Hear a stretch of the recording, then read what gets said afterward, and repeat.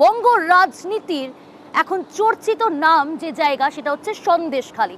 সেই সন্দেশখালী, যে সন্দেশখালীকে কেন্দ্র করে আমরা দেখছি কোথাও গিয়ে বারবার সন্দেশখালী ইস্যুকে হাতিয়ার করছে বিজেপি। পাল্টা তৃণমূল কংগ্রেস সন্দেশখালীর যে ভাইরাল ভিডিও, সেই ভিডিওকে হাতিয়ার করেছে এবং জাতীয় স্তরেও কিন্তু ইস্যু করেছে তৃণমূল কংগ্রেস। 24-এর লক্ষ্যে যুযুদান দুই পক্ষ হাতিয়ার করেছে সন্দেশখালীর ঘটনাকে। সন্দেশখালীর কি পাশা বদল? যদিও সেই ভাইরাল ভিডিওকে গুরুত্ব দিতে নারাজ পদ্ম শিবির।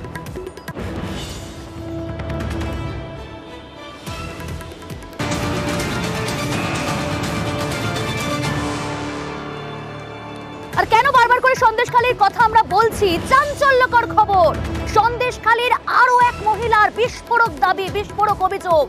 নির্যাতন কি সত্যি হয়েছিল? জানার চেষ্টা করব, আপনাদের জানাবো। আমাদের নিউজ 18 বাংলার এক্সক্লুসিভ ব্রেকিং সরাসরি রয়েছে আমাদের সঙ্গে জিয়াউল। জিয়াউল, ওই মহিলা ঠিক কি বিস্ফোরক দাবি, কি বিস্ফোরক অভিযোগ?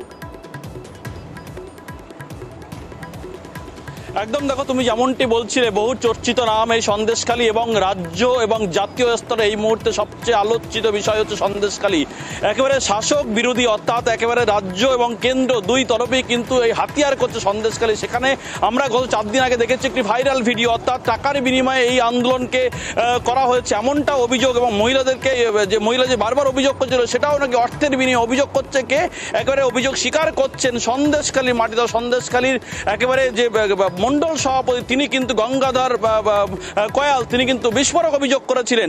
কিন্তু এবারে দেখা যাচ্ছে সেই সন্দেশখালী আন্দোলনের মুখ বলা যেতে পারে, সেই আন্দোলনের মুখ অর্থাৎ এলাকার একাধিক মহিলা, এবং এক মহিলা স্পষ্ট করে উল্লেখ করলেন, দাবি করলেন যে তার কাছ থেকে সাদা কাগজে সই করে নেওয়া হয়েছে এবং সইয়ে কি লেখা রয়েছে তিনি জানতেন না। কিন্তু মহিলা কমিশনার এই সন্দেশখালী থানায় বসে মহিলা কমিশনার তার কাছ থেকে জোর করে একদম লিখে নিয়েছেন। সেখানে স্পষ্ট উল্লেখ করে নারী নির্যাতনের অভিযোগ, কিন্তু তিনি কোনো নারী নির্যাতনের অভিযোগ করতে চাননি। অর্থাৎ তার কাছে 100 দিনের টাকা এবং আবাসের টাকা সহ একাধিক এই যে জমি কেড়ে নেওয়া, এই ধরনের অভিযোগ করতে গেছিলেন। কিন্তু সেখানে দেখা গেল, তিনি যখন পরে জানতে পারলেন, তাহলে তার দেখা যাচ্ছে সেখানে নারী নির্যাতনের অভিযোগ তিনি করেছেন। কিন্তু তার চাঞ্চল্যকর অভিযোগ, চাঞ্চল্যকর দাবি, তিনি এই ধরনের অভিযোগ করতে চাইনি। মহিলা কমিশনার তাকে জোর করে নাকি লিখে নেওয়া হয়েছে, কোর্টে জবানবন্দিও হয়েছে।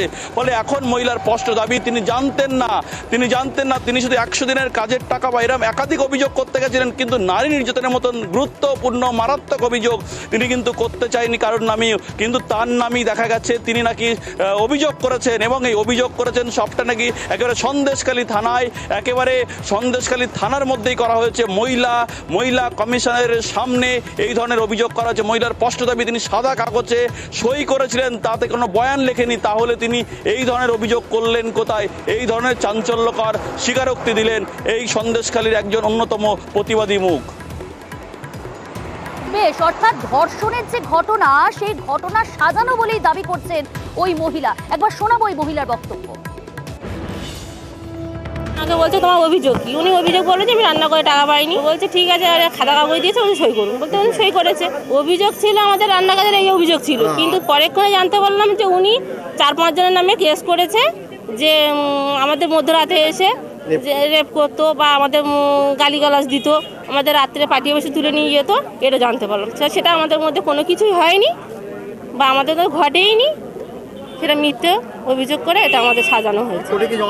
হ্যাঁ, আমার শাশুড়ি আর আমি করে দিয়েছি। এটাই জিজ্ঞেস করেছিল, এইগুলোই বলেছি যে ধর্ষণ হয়েছে কিনা। হ্যাঁ,